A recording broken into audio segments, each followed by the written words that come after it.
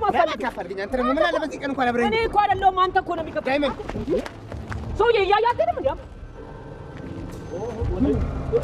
ና እባክህ አትፍራ ና የማንንም ማክተም ትፈራለህ ዳቦ ሆነም እኮ የኔ ጌታ ጀግና ነህ አንተ ቆይ ምን አስበህ ነው አንተ ባለ መኪና ስለሆንክ እኔ መቅጨት አለብህ እንዴ ትንሽ አያሳፍርም እንዴ ምን ለማለት ፈልገህ ነው እኔ እኮ የተከበርኩ እኮ አሹ ቀብራራው ባላገር እባላለሁ ልንገርህ ማንነቴ በጣም ይቅርታ እኔ ወንድም ትንሽ አስቸኳይ ስራ ገጥሞኝ አስታውስ ገብቼ ነው በጣም ይቅርታ ወይ ምን ያደረክ ነው ልቀቀኝ በቃ አትጩይ ዝም ብለሽ ነኝ ቆይ ምንድነው ፍላጎትህ ወይ ለምንድን ነው የምትኮሪው ፍቅሬን ስለገለጽኩልሽ ስለምወድሽ ነው ስለፈጠረ ዳኒ ልቀቀኝ አትጀምር አዎ ዶክተር ራሴን እያዞረኝ ነበር እና ደግሞ አንዳንድም ይነስረኛል ምን እየምርሽ ነው አይደል ቆይ መች ነው እንደዚህ ሆነው መች ነው የነሰረሽ ነው ሰልሰማ ትንሽ ነው እኮ አይደል አትደናገጭ ቆይ መች እኔ የት ሂጅ ኧረ አይደል ዶክተር ፊት ቆይ ምን እያልሽ ነው ለሊም በአግባቡ እየተንከባከብሻት አይደለም ማለት ነው እሱማ የእሷን ህመም እንዴት እንደሷም እየደረገው ይችላል ፊቷ ላይ የማየው ፈገግታ እኮ የውስጧን ጭንቀት ሊያሳየኝ አልቻለም ሁሌም ደህና ነኝ ነው የምትለው ማነው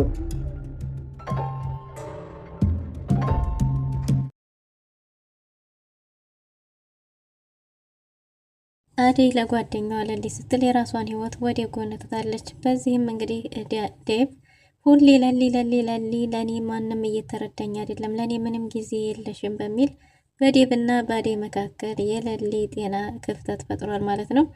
ዴቭ በጣም እየተናደደና እየተቆጣ ነው። ለኔም ጊዜ ልትሰጪኝ ይገባል ብሏታል።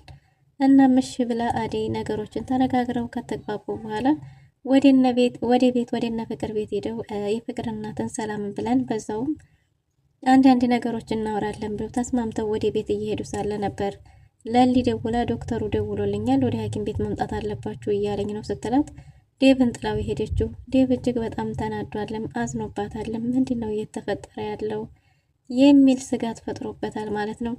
ዶክተር ዩኤልም እንግዲህ አደይን አፍቅሮ እየተሰቃየ ይገኛል። አደይ በተለያየ በአጋጣሚ ነው እያለ ቢገናኙ ዶክተሩ ግን ስራዬ ብሎ እየተከታተላት ነው።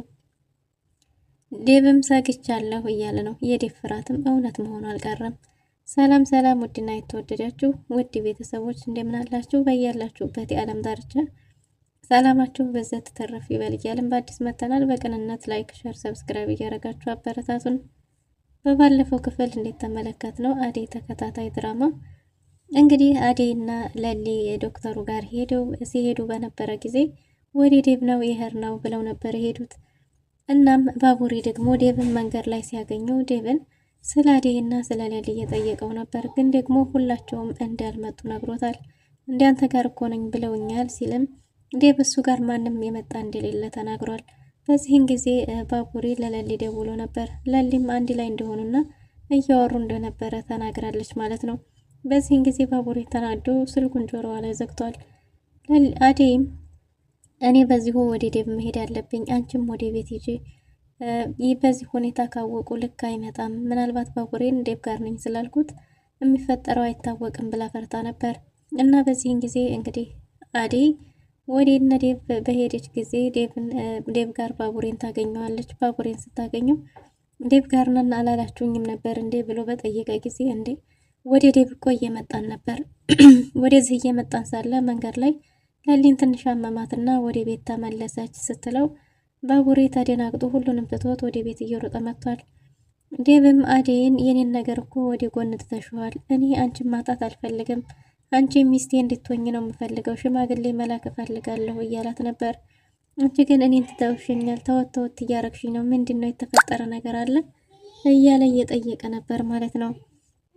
እንግዲህ አደይም እውነት ነው፣ ምናልባት ወደ ያንተ የኔን ነገር ወደ ጎን ትቼ ይሆናል፣ ግን ደግሞ አሁን የለሊ ጉዳይ አሳሳቢ ስለሆነ ነው፣ ለሊን ስላመማት ነው እያለችው ነበር።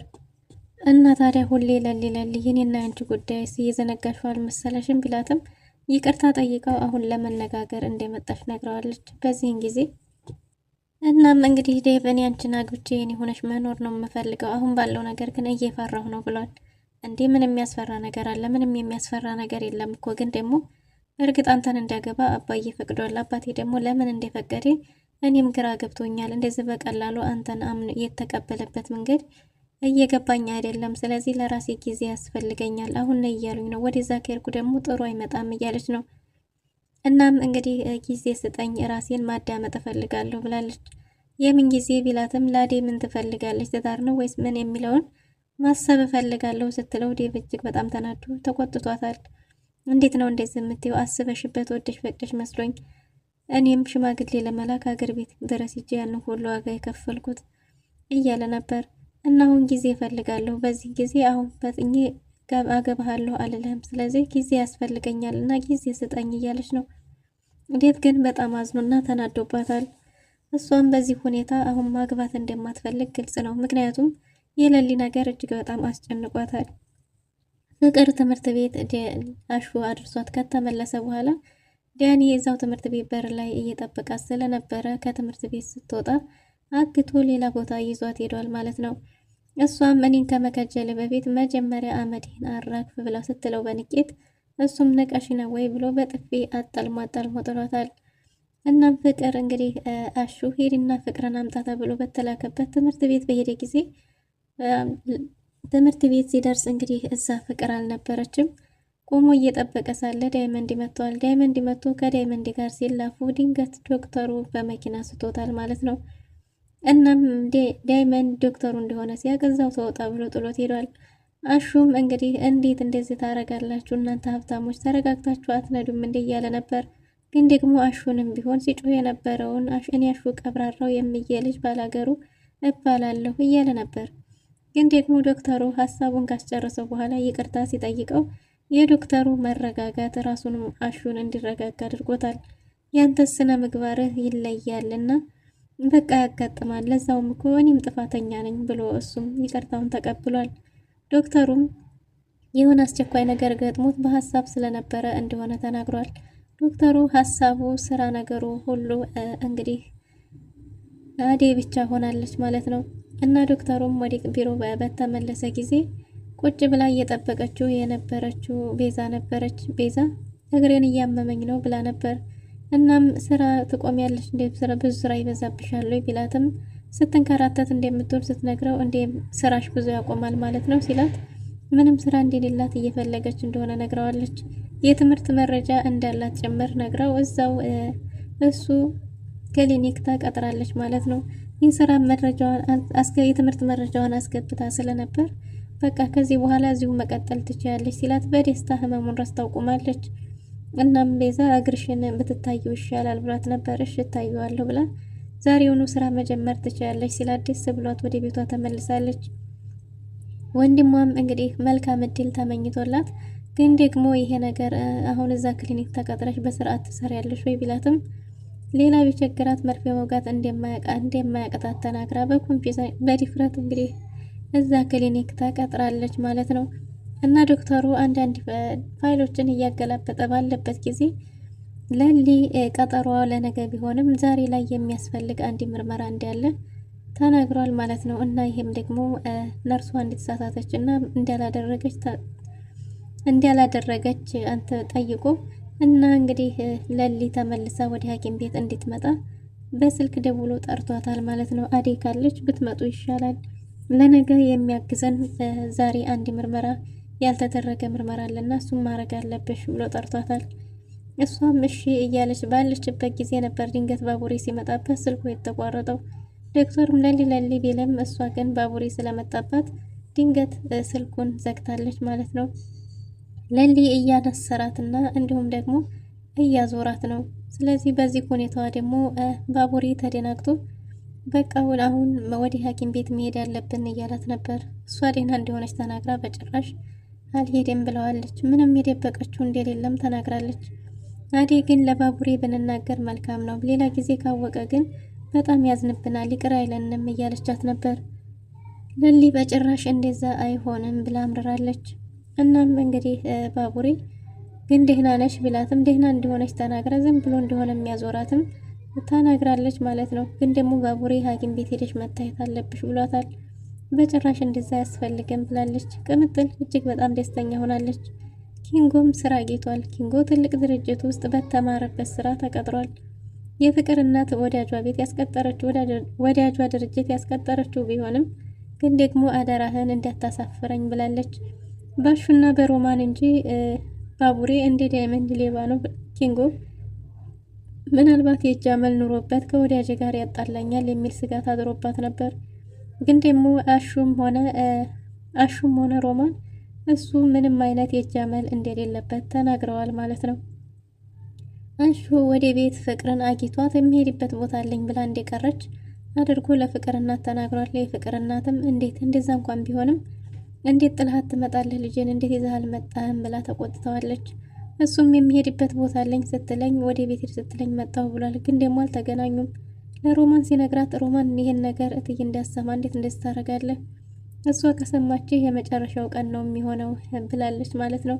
እናም ፍቅር ወደ ቤት አልተመለሰችም። የፍቅር እናት በቃ ልጄን ሄጄ መፈለግ ይኖርብኛል፣ እንዴት እናንተ እንደዚህ ታደርጋላችሁ እያለች ነው።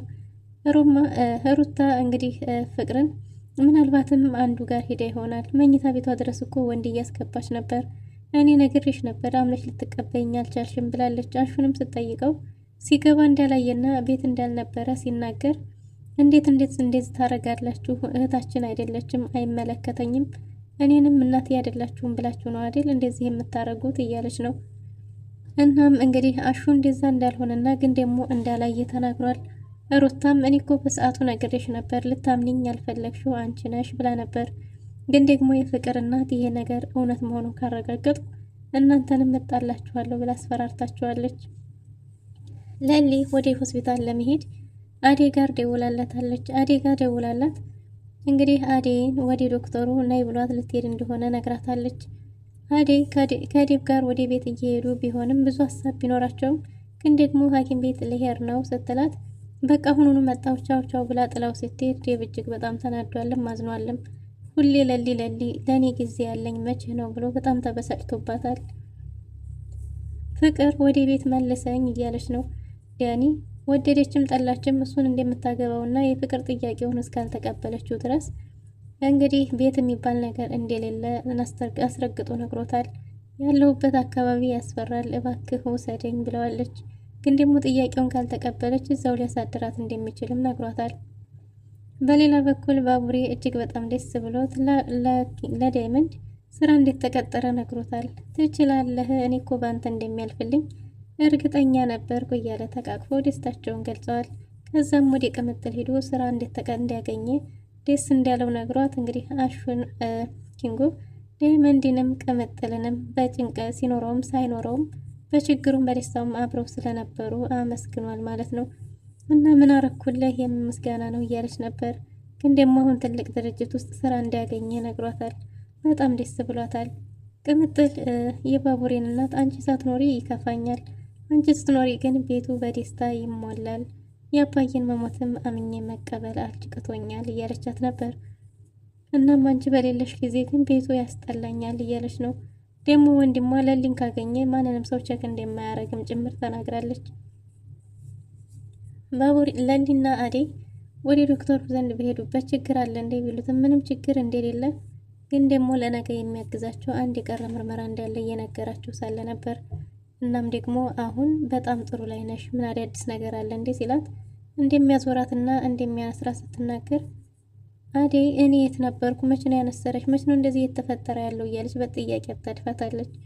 እንዴ አደይ ያን ያህል ብዙ እኮ አይደለም ምናምን ብላለች። እና እኔ እንዴት አላየሁሽም እያለች ነው። ዶክተሩም አደይን በቃ እየተንከባከብሻት አይደለም ማለት ነው እያለ እየቀለደ ይሄን እንደዚህ አይነት ነገሮች የሚጠበቅ ነው፣ ምንም ችግር የለውም፣ አሁን ምርመራውን አርጊና ቀጠሮ ነገ እንደተጠበቀ ነው፣ ለነገው ያግዘናል ብሏል። እናም በዚህን ጊዜ ባቡሬ ድንገት በር ከፍቶ ገብቷል። ባቡሬና ለሊ ተፋጠው ቆመዋል። ሊፈጠር ይችል ይሆን? እውነቱን ያውቃል ወይስ አሁንም ሊደብቁት ይችላሉ የሚለውን በቀጣይ ክፍል ይዘን እንመጣለን። ለዛሬ የነበረን ቆይታ ይህን ይመስል ነበር። መልካም ጊዜ